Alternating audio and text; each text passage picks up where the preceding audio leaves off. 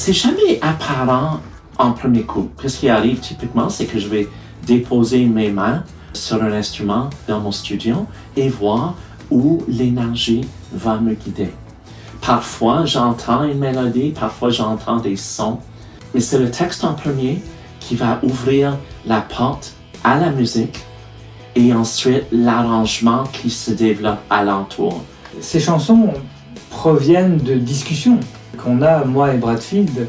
On approfondit énormément de choses et toutes ces discussions justement sont comme des arbres. Alors des fois, on va vers des branches qu'on a déjà explorées, puis subitement, au détour d'un mot ou deux, hop, il y a une nouvelle branche qui se dessine et là, on va plus loin. Donc moi, j'arrive avec une thématique, j'écris le texte en respectant le pied, en respectant la rime. Ensuite, Brad rentre dans le texte et il arrive avec de nouvelles lignes, il rehausse la signification de certaines idées. Ça arrive finalement à un texte qui est sublimé et qui matche parfaitement avec la musique. Les mots sont très importants pour moi. Ils vont déterminer la manière que je vais ouvrir cette possibilité. Parce que chaque chanson est comme un monde à part. Je vais l'honorer et l'amener jusqu'à qu'il devienne un écosystème à soi-même.